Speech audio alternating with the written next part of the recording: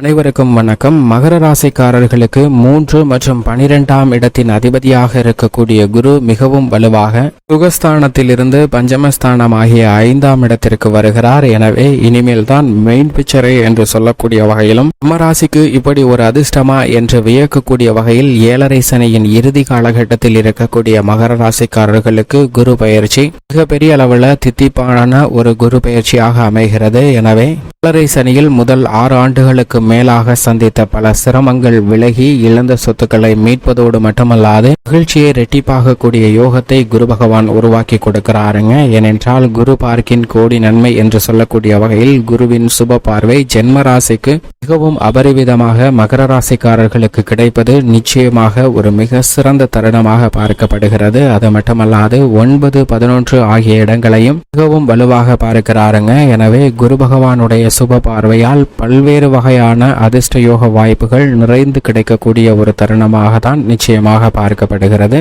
2024-25 குரு பெயர்ச்சி ராசிக்கு இப்படி ஒரு அதிர்ஷ்டமா, இனிமேல் தான் மெயின் பிக்சரே என்று சொல்லக்கூடிய வகையில் பல மாறுதல்களை ஏற்படுத்துகின்றன. ஏனென்றால் முழு சுபகிரகமாக இருக்கக்கூடிய குரு தனது பகை கிரகமாக கருதக்கூடிய சுக்கிரனின் ஆட்சி வீட்டில் நுழைகிறார். குருவின் பார்வையில் தான் சுக்கிரன் பகை கிரகமாக பார்க்கப்படுகிறார். ஆனால் சுக்கிரனின் பார்வையில் சுக்கிரன் குருவை தன்னுடைய குருவாக தான் பார்க்கிறார், தனது சமபலம் வாய்ந்த ஒருவராக தான் பார்க்கிறார். எனவேதான் இந்த குரு பயிற்சி ஒரு மிக முக்கியமான ஒன்றாகவும் நம்ம ராசிக்கு இப்படி ஒரு அதிர்ஷ்டமா என்று வியக்கக்கூடிய வகையில் பல மாறுதல்கள் கிடைப்பதற்கான வாய்ப்பும் உருவாகிறது. அதிலும் குறிப்பாக குரு பார்க்கின் கோடி நன்மை என்று சொல்வார்கள். அப்படிப்பட்ட குரு பகவானுடைய சிறப்பு பார்வை பல்வேறு இடங்களை வலுப்படுத்துவதால் அபரிவிதமான யோகம் நிச்சயமாக உண்டு. நவகிரகங்களிலே குரு, சனி மற்றும் செவ்வாய்க்கு மட்டும்தான் இது போன்ற சிறப்பு பார்வை உண்டு. அதிலும் குரு பகவானுடைய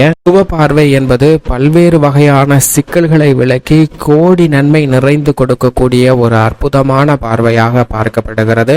என்றால் குரு பார்வையால் கோடி நன்மை கிடைக்கும் என்று சொல்லக்கூடிய வகையில் நவ கிரகங்களிலே மிக குறுகிய காலகட்ட சஞ்சார அமைப்பு கொண்டவர் என்றால் நிச்சயமாக அது சந்திரன் மட்டும்தான். மிக நீண்ட தூரத்தை பயணமாக கொண்டவர் சனி பகவான். குரு ஒரு ஆண்டிற்கு ஒரு முறை தன்னுடைய ராசியை ஒரு ராசியிலிருந்து மற்றொரு ராசிக்கு மாற்றுகிறார். இந்த தருணம் மேச ராசியிலிருந்து ரிஷப ராசிக்குள் நுழைகிறார்.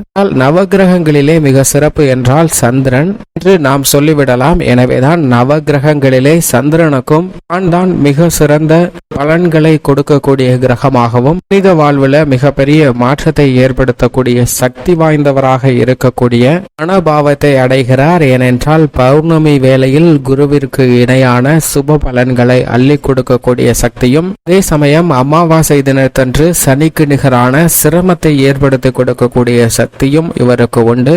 கன்னட காலத்தை குறிப்பிடுவதில் மிகப்பெரிய அளவில் பங்கு வகிக்கிறாருங்க சந்திரன். எனவேதான் சந்திரனுக்கு எந்த ஒரு உயிராக இருந்தாலும் அதனுடைய ஜாதகத்தை பலன்களை என்னால் மட்டும்தான் துல்லியமாக கணிக்க முடியும் என்ற ஒரு அகந்தையும் வந்து விடுகிறது. மற்ற கிரகங்களை பார்த்து நீங்கள் என்னதான் பலன் கொடுத்தாலும் ஒருவருடைய வாழ்க்கை இப்படிதான் என்று என்னால் துல்லியமாக சொல்லிவிட முடியும் என்று சவால் விடுகிறார். இதை பார்த்த குரு மற்ற கிரகங்களை கேட்க மற்ற கிரகங்கள் ஓரளவிற்கு சரி சந்திரன் சொல்வது அப்படியே விட்டுடுங்க, அவரே சிறந்த பலன் கொடுக்கிறவரா இருக்கட்டும் அப்படின்னு பல கிரக நிலைகள் ஏற்றுக்கொள்கின்றன. ஆனால் குரு இதுல எனக்கு ஒரு சந்தேகம் இருக்கு, நீ தெளிவுபடுத்திட்டீங்கன்னா நானும் ஏத்துக்கிறேன் அப்படின்னு குரு சொல்றாரு.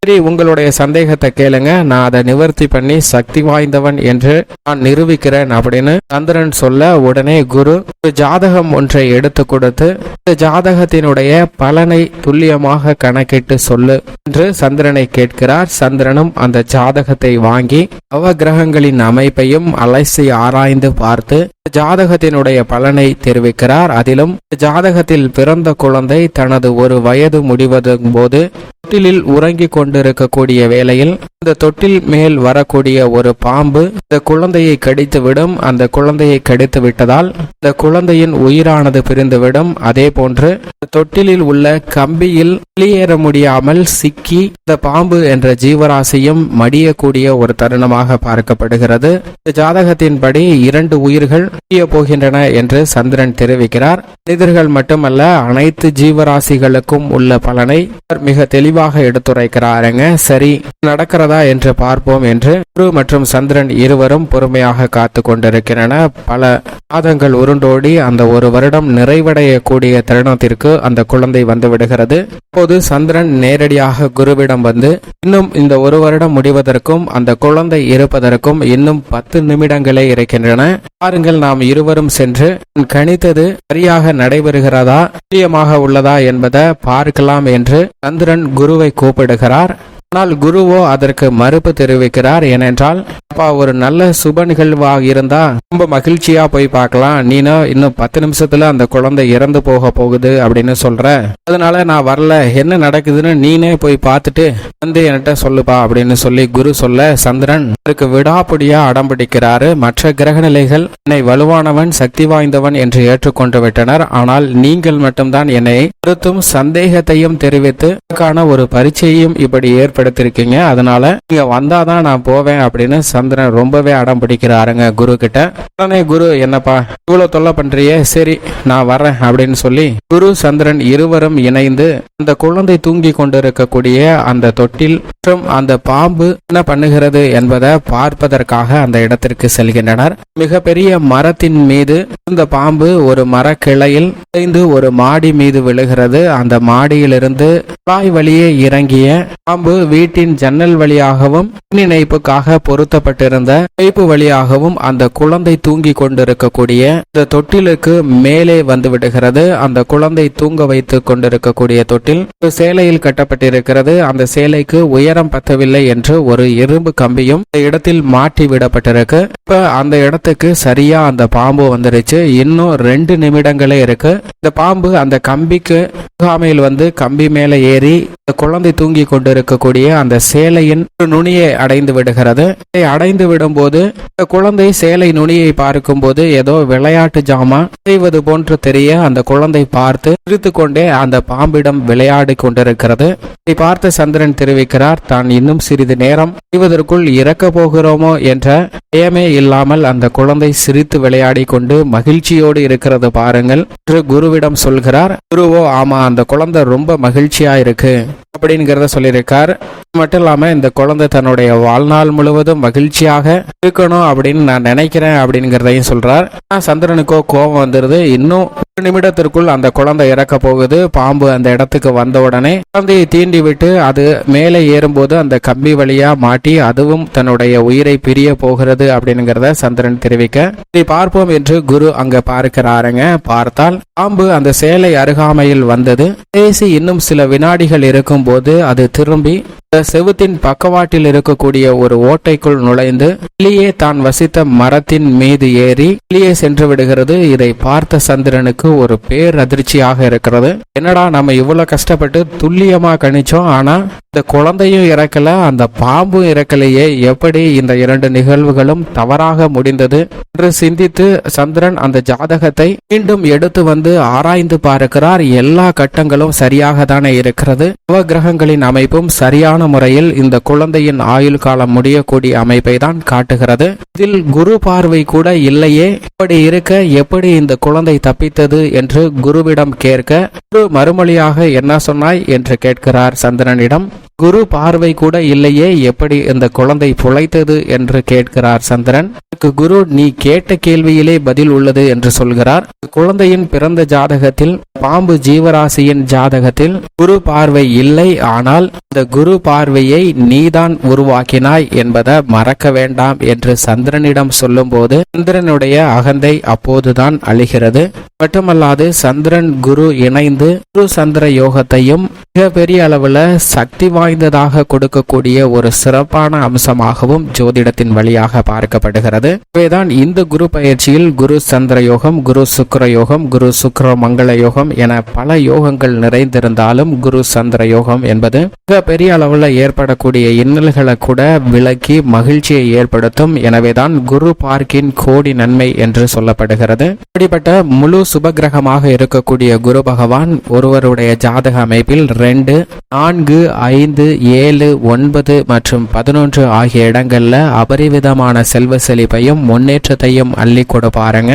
ஆனால் அதே சமயம் ஜென்மத்தில் அமரும் போது சில சிரமம் ஏற்படுவதற்கான வாய்ப்பு உண்டு. ஏனென்றால் ராமர் வனவாசம் சென்றதே குருவின் சஞ்சார காலகட்டம் ஜென்ம ராசியில் அமர்ந்திருந்த போதுதான் அதுபோன்று தெய்வங்களுக்கே அது போன்ற சில சிரமங்கள் ஏற்படும் போது சாதாரண மனிதர்களாக இருக்கக்கூடியவர்களுக்கும் நிச்சயமாக சிரமம் உண்டு. ஆனால் முழு சுபகிரகமாக இருக்கக்கூடிய குரு ஜென்மத்திலோ விரயத்திலோ அஷ்டமத்திலோ அமர்ந்தாலும் பெரிய அளவிற்கு பாதிப்பு ஏற்படாது. ஏனென்றால் அவரிடம் இருந்து கிடைக்க வேண்டிய நன்மைகள் தடைபடுமே தவிர நிச்சயமாக குருவிடமிருந்து எந்தவிதமான தோஷங்களும் பாதிப்பும் வராது என்பதுதான் யதார்த்தமான உண்மை. அந்த வேளையில் மற்ற கிரகநிலைகளின் அமைப்பு சரியாக இல்லை என்றால் மட்டும்தான் சிரமத்திற்கு உள்ளாக வேண்டிய ஒரு சூழ்நிலை ஏற்படும். மற்ற கிரகநிலைகள் வலுவாக இருந்தால் குருவிடமிருந்து நிச்சயமாக நல்ல பலன்கள் அவருடைய சுப பார்வை மூலமாக கிடைக்குங்க. சஞ்சார அமைப்பு சரியாக இல்லை என்றாலும் கூட குருவின் சுப பார்வையால் கோடி நன்மையை பெறுவதற்கான யோகம் நிச்சயமாக உண்டு.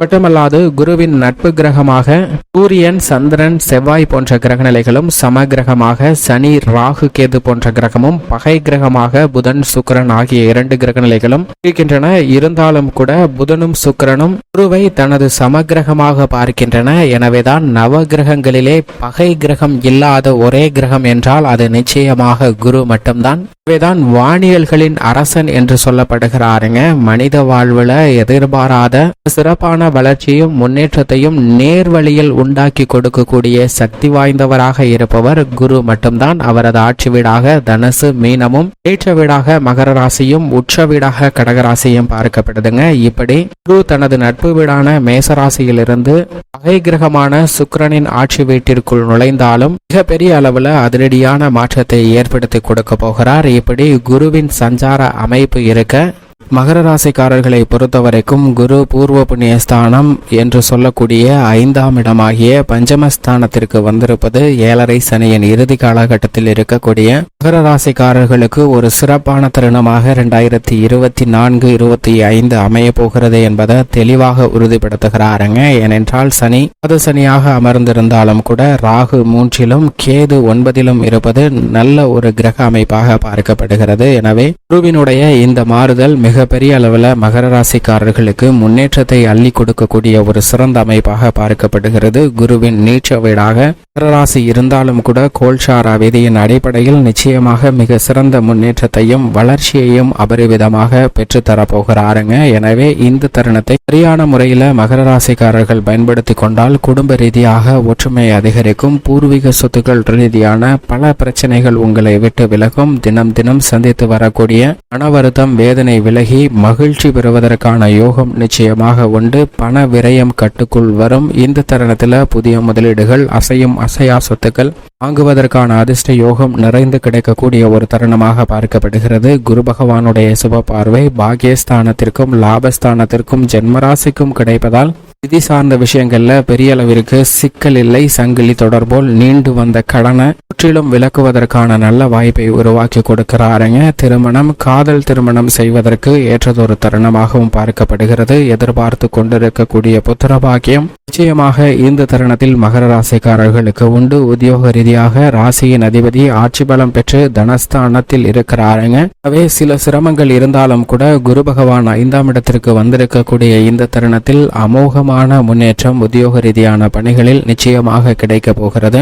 நீங்கள் கனவிலும் எதிர்பாராத வகையில இடம் மாறுதல், பதவி உயர்வு என பல விஷயங்கள் மிக சிறப்பான முன்னேற்றத்தை பெற்றுத்தரக்கூடிய வகையில் நிச்சயமாக மகர ராசிக்காரர்களுக்கு அமைகிறது. அது மட்டுமல்லாது புதிய வேலை வாய்ப்பு, வெளிநாட்டு வேலை வாய்ப்பு, நிரந்தர வேலை வாய்ப்பு என பல அதிரடியான இன்ப செய்திகளை குவிக்கக்கூடிய ஒரு தருணமாகவும் உத்தியோகம் சார்ந்த விஷயங்கள் நிச்சயமாக மகர ராசிக்காரர்களுக்கு அமைகிறது. நம்ம ராசிக்கு இப்படி ஒரு அதிர்ஷ்டமா என்று வியக்கக்கூடிய வகையில் பல மாறுதல்கள் 7.5 சனியின் இறுதி காலகட்டத்தில் உண்டு. தொழில் துறையில் நியாயமற்று இருந்த போட்டிகள் அனைத்தும் விலகுகிறது. லாபம் உயர்கிறது. திட்டமிட்டபடியே புதிய ஒப்பந்தங்கள் மிகப்பெரிய அளவில் மனநிறைவை கொடுக்கின்றன. எந்த பிரச்சனையாக இருந்தாலும் அவற்றை சிறப்பாக கையாளக்கூடிய அனுபவமும் பக்குவமும் நிறைந்து கிடைக்கிறது. எனவே பல தடைகள் மிக அற்புதமாக விலகி முன்னேற்றத்தை பெற்று தரக்கூடிய இனிமையான தருணமாக பார்க்கப்படுகிறது. கலைத்துறை ரீதியான பணிகளில் சுக்கிரனும் மிக சாதகமாக இருக்கக்கூடிய இந்த வேளையில் நிச்சயமாக எதிர்பார்த்தபடியே உங்களுக்கு புகழ் அதிகரிக்கும். விருதுகளை பெறக்கூடிய அளவிற்கு உங்களது திறமை நிச்சயமாக வெளிக்கொணரக்கூடிய ஒரு தருணமாக பார்க்கப்படுகிறது. சினிமா துறை, நாட்டியத்துறை, கலைத்துறை, நாதஸ்வர வித்துவான்கள், வில்லுப்பாட்டு கலைஞர்கள் என கலைத்துறை ரீதியான பணிகள் எதுவாக இருந்தாலும் அதில் மிகப்பெரிய அளவில் உச்ச வளர்ச்சியை பெறுவதற்கான யோகம் நிச்சயம் மகர ராசிக்காரர்களுக்கு உண்டு. அரசியல் சார்ந்த பணிகளில் மிக சிறப்பான வளர்ச்சியும் முன்னேற்றத்தையும் பெறக்கூடிய இனிமையான தருணமாக பார்க்கப்படுகிறது. ஏழரை சனியின் இறுதி காலகட்டத்தில் வெற்றி மீது வெற்றி குவியக்கூடிய வாய்ப்பு அரசியல் சார்ந்த பணிகளில் மிகவும் அபரிவிதமாக உண்டு என்பதை தெளிவாக உறுதிப்படுத்துகிறாருங்க குரு. மகர ராசிக்காரர்களுக்கு மாணவர்களின் கல்வியில் நல்ல முன்னேற்றமும், விவசாயம் சார்ந்த பணிகளில் விளைச்சலும் வருமானமும் அதிகரிக்கும். புதிதாக நிலம், வீடு, வாகனம் வாங்கக்கூடிய அதிர்ஷ்ட யோக வாய்ப்புகள் நிரம்பி கிடைக்கின்றன. பெண்மணிகளை பொறுத்த வரைக்கும் குரு 5ஆம் இடத்திற்கு வந்திருப்பது அமோகமான மகிழ்ச்சியையும் முன்னேற்றத்தையும் பெற்றுத்தரக்கூடிய ஒரு சிறந்த கிரக மாறுதலாக பார்க்கப்படுகிறது. குரு பகவானுடைய சுப பார்வை ஜென்மராசிக்கும் கிடைப்பதால் பெண்மணிகள் எண்ணக்கூடிய, நினைக்கக்கூடிய காரியங்கள் அனைத்தும் அப்படியே நடைபெறும். நீங்கள் நினைத்தபடியே நடைபெறுவதால் மகிழ்ச்சி இரட்டிப்பாகும். யோகத்தின் உச்சியை தொடுவதற்கான வாய்ப்பும் மிகவும் அபரிவிதமாக மகர ராசிக்கார பெண்மணிகளுக்கு உண்டு. மேலும் சாதகமாக மாற்றிக்கொள்ள நிச்சயமாக குரு பயிற்சி துவங்கியவுடன் ஆலங்குடி திருத்தலம் சென்று குரு பகவானை ஒருமுறை தரிசித்து வாருங்கள். நிச்சயமாக நல்ல பலனும் முன்னேற்றமும் மகர ராசிக்காரர்களுடைய வாழ்வில் தித்திப்பாக கிடைக்கும்.